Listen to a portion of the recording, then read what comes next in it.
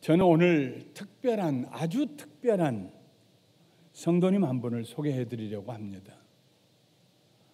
이 성도님은 특별한 사랑, 머리끝에서 발끝까지 사랑으로 색칠되어 있는 분입니다. 그의 사랑은 감정이나 느낌에서 나오는 사랑이 아닙니다. 그가 자기와 상관이 없는 다른 사람들을 사랑하는 모습을 보면 마치 그렇게 하지 않으면 안 된다는 사명의식을 가지고 사랑하는 것 같습니다. 심지어 자기에게 해를 끼친 사람까지도 사랑하는 그의 모습을 보면서 로마서 5장 8절의 말씀이 떠올랐습니다. 우리가 아직 죄인 되었을 때 그리스도께서 우리를 위하여 죽으심으로 하나님께서 우리에 대한 자기의 사랑을 확증하셨느니라. 이 성도님은 또한 항상 기뻐합니다. 사람이 살면서 좋은 일이 있으면 당연히 기쁩니다. 그런데 이분은 좋은 일이 있을 때나 굳은 일을 당할 때나 항상 기뻐합니다. 무엇 때문에 그렇게 기뻐하느냐고 물었더니 나 같은 죄인이 예수님 믿고 구원받아 하나님의 자녀가 되었으니 어찌 기쁘지 않겠습니까? 하고 반문했습니다. 한 번은 뜻밖의 고통스러운 일이 그분에게 다가왔습니다. 그 고통이 너무 커서 지금쯤은 뼈까지도 으스러졌을 것이라고 생각하는데 그런 상황에서도 여전히 기쁨을 잃지 않고 있었습니다. 그의 기뻐하는 모습을 보면서 로마서 5장 3절 이하에 있는 바울의 고백이 생각났습니다. 다만 이뿐 아니라 우리가 환난 중에도 즐거워하나니 이는 환난은 인내를, 인내는 연단은 소망을 이루는 줄 알미로다. 환난 가운데서도 그분은 즐거워하고 기뻐했습니다. 이 성도님도 늘 평화롭게 살아갔습니다. 그의 평화는 마치 영혼 깊은 곳에서 샘솟는 샘물과 같았습니다. 장래가 충분히 보장된 것 같지도 않았는데 걱정이 없습니다. 아무도 그의 평화를 빼앗아갈 수가 없습니다. 원수 때문에 마음이 흐트러지지도 않습니다. 오히려 원수를 용서하고 위에서 축복하며 기도합니다. 그의 감정은 언제나 평온한 상태를 유지하고 있습니다. 그분의 가슴 속에는 비바람이 몰아쳐도 풍랑이 일어나지 않는 것 같습니다. 그분을 보면서 누가복음 6장 27절 이하에 있는 예수님의 말씀이 기억났습니다. 그러나 너희 듣는 자에게 내가 이르노니 너희 원수를 사랑하며 너희를 미워하는 자를 선대하며 너희를 저주하는 자를 위하여 축복하며 너희를 모욕하는 자를 위하여 기도하라. 이 성도님의 또 다른 모습은 오래 참는 성품입니다. 참 오래 참습니다. 어떻게 저렇게 참을 수 있을까? 보통 사람 같으면 벌써 여러 차례 감정적으로 폭발했을 터인데 그의 모든 인간관계가 뒤죽박죽이 되고 다시 회복할 수 없는 상황이 되었을 법도 한데 그는 오래 그리고 또 오래 참습니다. 저렇게 고통스러운 스트레스를 어떻게 저렇게 태연하게 견딜 수 있을까 생각하는데 마태복음 11장 28절에 기록된 예수님의 말씀이 떠올랐습니다.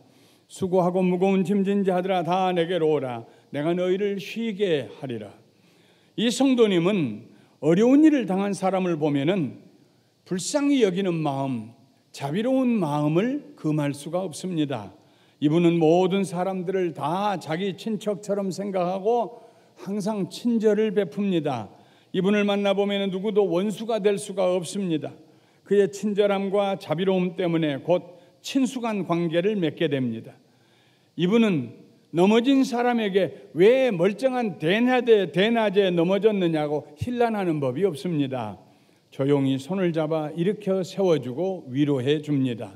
이분을 보면 바울이 에베소서 4장 32절 이하에 기록한 말씀을 기억하게 됩니다.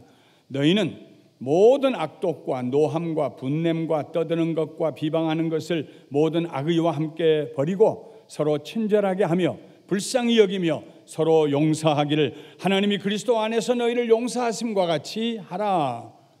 이 성도님은 마음만 착한 것이 아닙니다. 자기 능력의 한도 안에서 할 수 있는 모든 선한 일들을 오른손이 하는 걸 왼손이 모르게 합니다. 자랑하는 법이 없습니다. 누가 알아주는 것도 원치 않습니다. 착한 일 하는 것 자체로 만족하고 기뻐합니다. 이분의 모습을 보면서 히브리서 13장 16절이 생각났습니다. 오직 선을 행함과 서로 나누어 주기를 잊지 말라. 하나님은 이 같은 제사를 기뻐하시느니라. 이 성도님은 뿐만 아니라 신뢰할 수 있는 분입니다. 무슨 일을 해도 그분은 자기 일처럼 정성을 다해서 합니다. 도저히 불가능하다고 모든 사람들이 물러설 때조차도 이분은 포기하는 법이 없습니다. 아름답게 마무리합니다. 그렇게 하기 위해서 자기를 희생합니다. 그래서 사람들은 이분의 말을 신뢰합니다. 그분은 거짓말을 하지 않습니다. 맡은 일을 대충 하는 법이 없습니다. 책임 전가를 하는 일도 없습니다. 어떻게 그렇게 시종여일하게 충성스러운 삶을 살 수 있느냐고 물었더니 그분은 데살로니가후서 3장 3절 말씀을 들려주셨습니다. 나는 우리 주 예수 그리스도께 어떻게 다 감사를 드려야 할지 모르겠습니다. 주님은 나를 자기의 심부름꾼으로 선택하셨을 뿐만 아니라 충실하게 섬길 수 있는 힘을 주셨습니다. 그분이 나에게 힘을 주셔서 그런 것이지요. 내 힘으로 한 거 아닙니다. 이렇게 대답했습니다. 이 성도님은 성품이 참 온유하십니다. 이분에게서는 약한 모습과 강한 모습을 구별할 수가 없습니다. 열등의식도 없고 우월감도 없습니다. 이분은 정서적으로 잘 균형 잡힌 성품을 가지고 계십니다. 어른을 대할 때뿐만 아니라 아이들을 대할 때에도 겸손하고 부드럽게 대합니다. 그렇다고 비굴한 것은 아닙니다. 함부로 대할 수 없는 강인함이 이분에게 분명히 있는 것 같은데 만나서 대화를 해보면 말로 표현할 수 없는 부드러움이 그에게 있습니다. 누군가 실수하고 잘못했을 경우 그를 잡아주는 일에도 그 부드러움이 온유함이 나타납니다. 이분을 보면서 마태복음 11장 29절 이하에서 예수님이 하셨던 말씀이 생각났습니다. 나는 마음이 온유하고 겸손하니 나의 멍에를 메고 내게 배우라. 그리하면 너희 마음이 쉼을 얻으리니 이는 내 멍에는 쉽고 내 짐은 가벼움이라. 마지막으로 이 성도님에게서 빼놓을 수 없는 장점이 자기를 다스리는 특별한 능력을 가지고 있다는 것입니다. 자기 자신을 참 잘 다스립니다. 자기 자신에 대해서는 놀라울 정도로 엄격합니다. 다른 사람에 대해서는 그렇게 관용하면서 자기 자신에 대해서는 엄격합니다. 조그마한 잘못도 발견되면 즉시로 회개하고 필요하면 공개적으로 용서를 구하기도 합니다. 우리 같으면 그냥 넘어갈 일인데 이 성도님은 진정으로 진심으로 자신의 실수를 인정하고 용서를 구합니다. 하나님의 말씀대로 살기 위해서 온 마음과 정성을 다합니다. 이분이 스스로 자기를 쳐서 복종시키며 영적으로 훈련하는 모습을 보면서 고린도전서 9장 25절 바울이 했던 말씀이 기억났습니다. 이기기를 다투는 자마다 모든 일에 절제하나니 그들은 썩을 승리자의 관을 얻고자 하되 우리는 썩지 아니할 것을 얻고자 하노라. 사랑하는 성도 여러분, 지금까지 제가 말씀드린 이 성도님이 어떤 분인지 아마 여러분은 짐작하기 시작하셨을 줄로 압니다. 그는 바로 오늘 우리가 읽었던 갈라디아서 5장에 나오는 성도로서 성령의 충만한 열매를 맺으신 분입니다. 성령의 열매를 맺은 이 성도님의 모습은 마치 예수님을 보는 것 같습니다. 왜냐하면 성령님의 열매는 예수 그리스도의 성품이기 때문입니다. 갈라디아는 바울이 1차 전도 여행 때 방문했던 비시디아, 안디옥, 루스드라, 이고니온과 같은 터키의 내륙 지역을 말합니다. 이 지역을 영적인 눈으로 보면은 대단히 척박한 땅이었습니다. 땅으로 치면은 나무가 잘 자라지 못하고 열매도 맺지 못하는 그런 박토입니다. 영적으로 볼 때 육체의 욕심이 성령을 거스리는 곳입니다. 이전에 육체를 따라 살아가던 갈라디아 사람들의 삶에 맺혔던 열매가 무엇인가에 대해서 바울 사도는 이렇게 말합니다.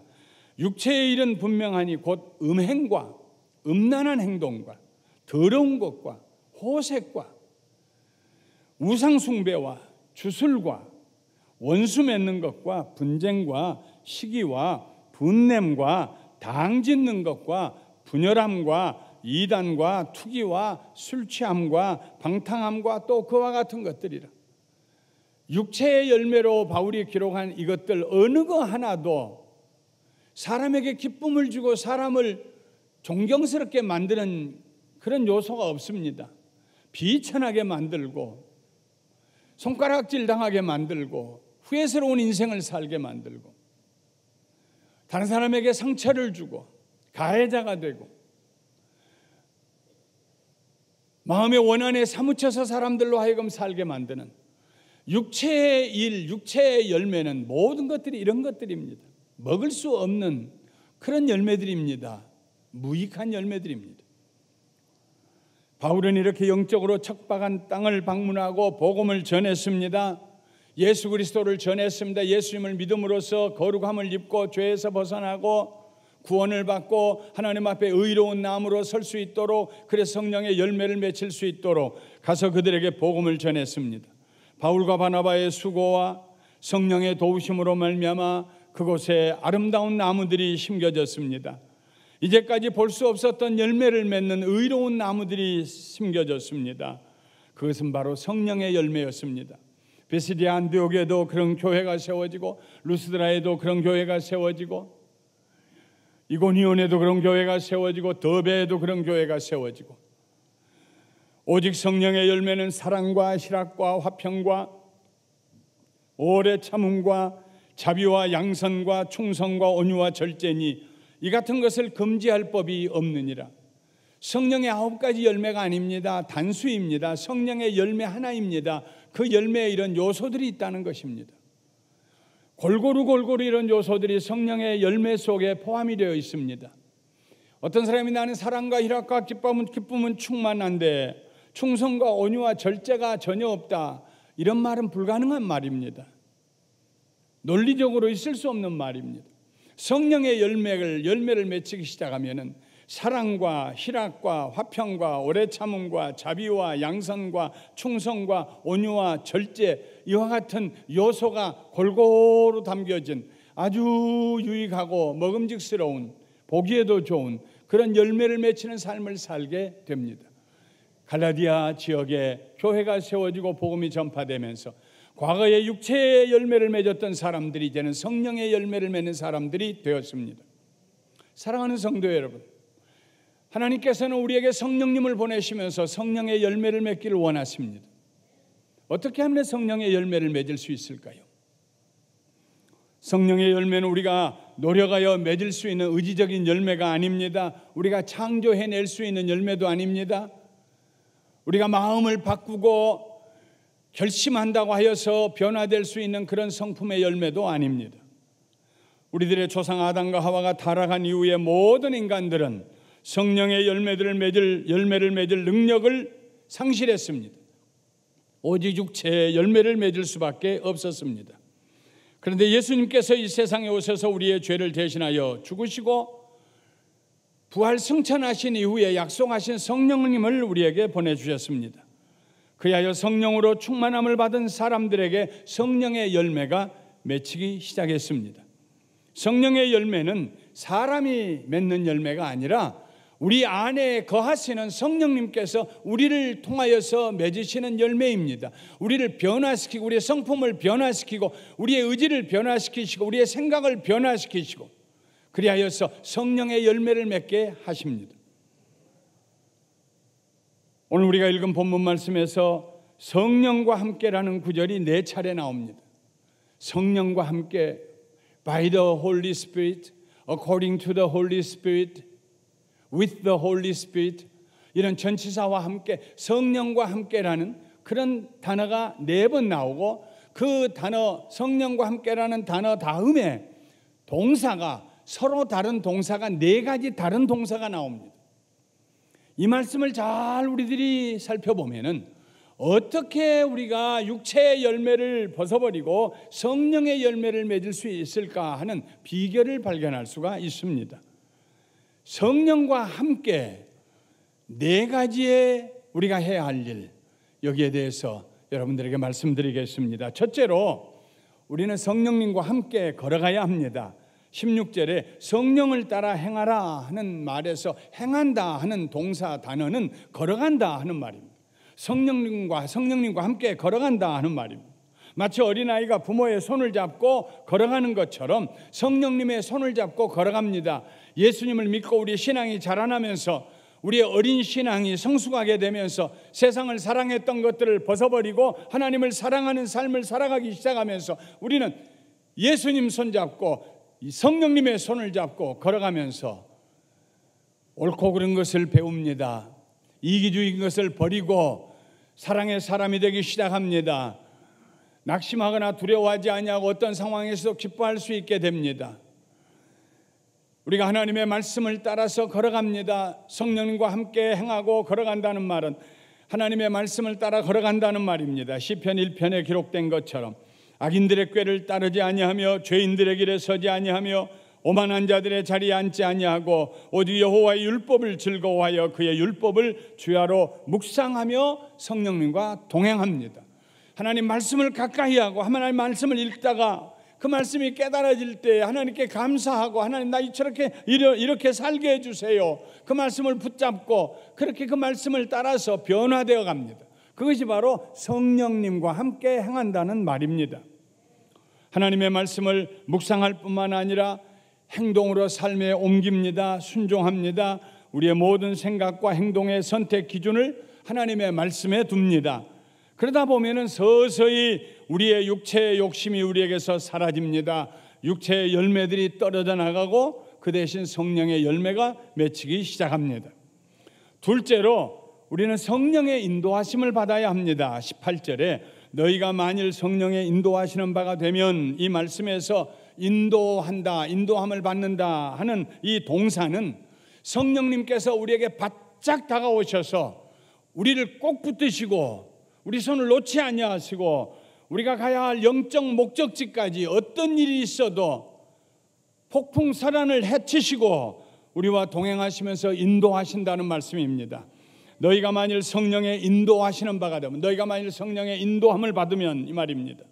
살다 보면은 인생의 어두운 시절이 옵니다. 두렵고 애매모호한 시절이 있습니다.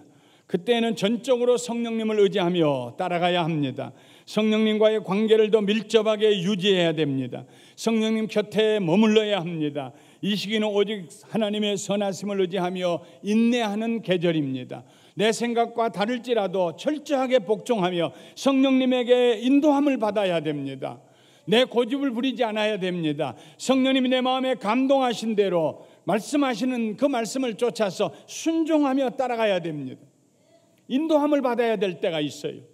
이렇게 인도함을 받는 과정을 통하여서 우리들의 성품이 변화됩니다. 육체의 열매를 벗어버리고 성령의 열매가 맺히기 시작합니다.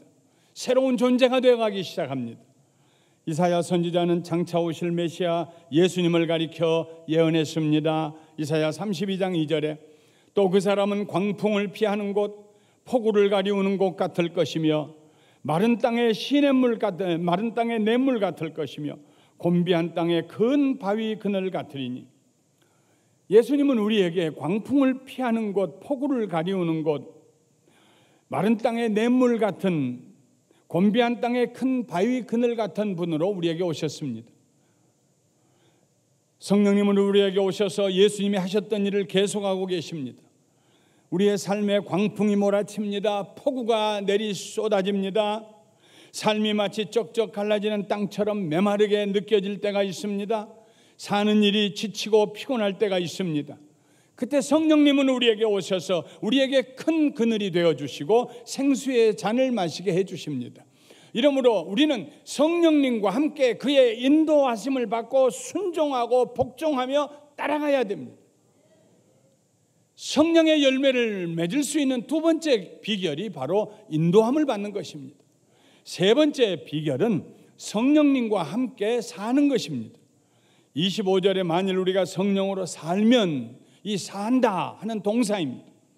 우리들의 평범한 삶 속에 성령님의 임재하심을 즐기며 살아가야 됩니다. 위기의 때에는 우리가 오히려 더 뜨거운 신앙생활을 할 수가 있습니다. 부르짖고 금식하고 기도하고 밤에 나와서 철야하고 기도하고, 그때는 더 하나님께 가까이 나갑니다. 하나님의 보좌가 보이는 것 같습니다. 두 손을 들면은 주의 성령님께서 내 손을 붙드시는 것 같습니다. 마음에 담대함이 다가옵니다. 할 수 있거든요. 무슨 말이냐? 나를 믿으면 내가 너에게 능치 못할 일이 없다는 주님의 음성이 들리는 것 같습니다. 그런데 일이 다 잘 됐을 때, 평온할 때, 문제가 없을 때, 자식들도 다 잘 돼서 철들어서 자기 길 잘 가고 건강하고 경제적으로도 여유가 있고, 그럴 때에 아름다운 숲을 속을 지나가고 꽃밭 사이를 지나가는 것 같을 때, 그때가 신앙적으로 우리는 잘못하면 위험한 지경에 빠질 수 있는 시간입니다. 하나님 잊어버릴 수 있는 시간입니다. 하나님 도움이 없이도 내가 얼마든지 잘 신앙생활할 수 있다고 방심할 수 있는 시간입니다. 그때 우리는 마치 바람이 없을 때는 독수리가 자기 날개를 치면서 올라가는 것처럼, 그때 우리는 성령님을 찾아야 합니다. 성령님을 구해야 합니다. 성령님과 함께 살아야 합니다. 일상생활에 호흡을 하는 것처럼, 숨을 내쉬고 들이마시는 것처럼 늘 성령님을 찾아야 합니다. 성령 하나님, 성령 하나님, 오늘도 나와 동행하여 주시옵소서. 오늘도 성령 하나님과 손잡고 기뻐하며 살게 해 주시옵소서. 오늘도 성령 하나님을 높이며 살게 하여 주시옵소서. 그때 우리는 성령님 잊지 말아야 해요. 성령의 열매를 맺을 수 있는 사람, 세 번째 비결은 성령님과 함께 평범한 날을 살아가는 것입니다. 성령님의 열매를 맺을 수 있는 네 번째 비결은 성령님과 함께 전열을 가다듬고 진군하는 것입니다. 25절에 또한 성령으로 행할지니 하는 말씀에 행한다, 이 헬라어 동사는 군인들이 줄을 맞춰서 전쟁터에 나가기 위해서 발자국 소리도 뚜렷하게 무기를 들고 진군해 나가는 그런 동사입니다. 성령님과 함께 행하는 거예요. 내 나라와 내 사회와 내 가족들을 지키기 위해서, 사탄과 싸우기 위해서 전신갑주로 무장을 하고, 그리고 성령님과 함께 여호와 니시의 깃발을 들고 싸우러 나가는 거예요. 인생 살다 보면 영적으로 전쟁해야 될 때가 있어요. 대수롭지 않게 지나가다가는 큰일 날 일들이 있어요.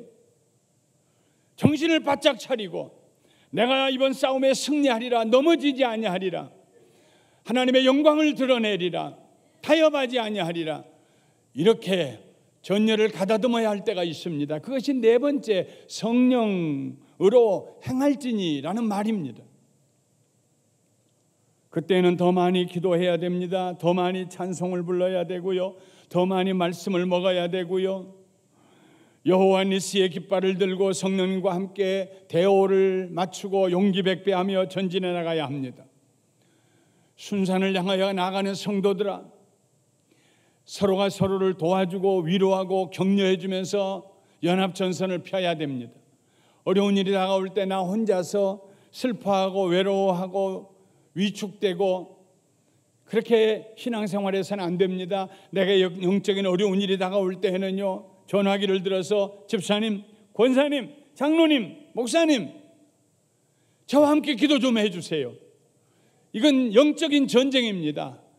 내 힘으로는 부족할 것 같아요. 저 위에 기도 좀 해주세요. 다른 사람에게 기도 부탁하는 것을 자랑스럽게 생각해야 합니다. 영적 전선, 연합전선을 함께 펼치고 나가야 합니다. 이때는 우리가 사용하는 언어를 특별히 조심해야 합니다. 패배적인 언어를 절대로 사용해서는 안 됩니다. 원망하고 불평하는 언어도 사용해서는 안 됩니다. 두려움의 언어를 멀리해야 됩니다. 대신에 감사의 언어, 승리의 언어, 하나님께 영광을 돌리는 언어, 나는 반드시 승리하리라, 이기리라, 하나님 앞에서 이런 언어를 사용하고 성령님과 함께 영적 전쟁터로 나가야 합니다. 할렐루야. 그러는 과정에서 우리 자신이 갈고 닦아지는 것입니다. 우리의 인품과 성품이 달라지기 시작하는 것입니다. 오래 참을 수 있게 됩니다. 충성스러운 사람이 될 수 있습니다. 함부로 성격 나타나고 싶은 말 하고 싶은 대로 성질을 부리지 아니하고 자기 자신을 절제하며 온유한 성품을 가질 수 있게 됩니다. 성령의 열매들은 이와 같은 과정을 통해서 우리에게 맺혀집니다. 성령님과 함께 걸어가는 과정을 통해서 말씀을 붙들고 하루하루 배우고 성장하고 성숙해가며 걸어가는 과정을 통해서 갈 길을 알지 못할 때는 성령님만 의지하고 그 손 붙잡고 사로잡힘 받아서 성령의 인도하심을 받고 따라감을 통하여서 때로는 모든 일이 다 형통할 때 성령님을 잊지 아니하고 성령님을 환영하고 인정하고 모셔드리며 성령님과 동행하고 함께 사는 과정을 통하여서 그리고 어려운 일이 다가올 때에 무장을 하고 영적 무장을 하고 성령님과 함께 진군에 가는 과정을 통하여서 우리는 육체의 소욕을 극복하고 성령의 열매를 맺을 수가 있습니다. 열매는 하루아침에 완성되지 않습니다. 열매가 익어가는 과정이 필요합니다. 우리 집 뒷뜰에 감나무가 있어요. 엉상하던 그 감나무에 봄이 되면은 아주 예쁜 어린애 손가락 같은 감나무의 잎사귀가 나옵니다. 조금 있으면은 감의 꽃이 핍니다. 하얀 꽃이 아주 그 냄새가 싱그러워요. 그 하얀 꽃이 누런색으로 변할 무렵에 떨어지고 애기 새끼 손가락에 손톱만한 뭐가 열매가 맺힙니다. 그리고 그 열매가 점점 자랍니다. 뜨거운 햇볕을 받으며 색깔이 변화되고 가을이 되면은 불구스름한 그런 큰 감으로서 사람이 먹기 좋은 아주 달고 맛있는 감으로서 성숙하게 됩니다. 마찬가지로 우리 속에 우리가 거듭나고 성령으로 거듭나고 난 다음에 성령의 열매가 맺히기 시작할 때 그 열매가 점점 커져가야 됩니다. 성숙해져야 됩니다. 점점 더 무르익어 가야 합니다. 때로는 우리 자신을 돌아볼 때 얼마나 설익은 것처럼 보입니까? 오늘 말씀을 시작하면서 제가 이런 성도님을 여러분에게 소개해 드립니다 할 때 저 자신도 아이고 저 정도에 이르려면 난 아직 멀었다 이런 생각을 하면서 여러분들에게 말씀드렸습니다. 하나님의 나라 갈 때까지 우리는 온전하게 하나 제대로 익은 성령의 열매가 되기 위하여서 하나님 앞에 몸부림치고 겸손하게 기도해야 됩니다. 계속 전진해 나가야 합니다. 성령님과 함께 걷고 성령님의 인도하심을 받고 성령님과 함께 살고 성령님과 함께 행군해 나가면서 뒤를 돌아보지 아니하고 앞에 우리를 위하여서 푯대를 주신 그 예수 그리스도가 세워주신 푯대를 향하여서 그걸 잡기 위해서 성령님과 함께 나아가야 할 줄로 믿습니다. 우리 안에 성령의 열매가 무르익을 때까지 겸손하게 서로가 서로를 격려해 주면서 다른 성도들의 신앙이 성장하지 않는다고 조급하거나 낙심하지 않고 성령님께서 그에게 행하실 일들을 기대하고 기다리면서 온유한 마음으로 형제와 자매들에게 하나님의 은혜를 생각할 수 있도록 격려해 주면서 그리고 우리 자신을 되돌아보면서 겸손하게 하나님 앞에 성령의 열매를 무르익은 열매를 맺는 제 자신이 되게 저를 도와주세요 기도하시면서 우리 모두 함께 믿음의 형제자매들이 되어서 열매 맺는 성도들이 되시기를 열매 맺는 감사가족들이 되시기를 예수님의 이름으로 축원합니다.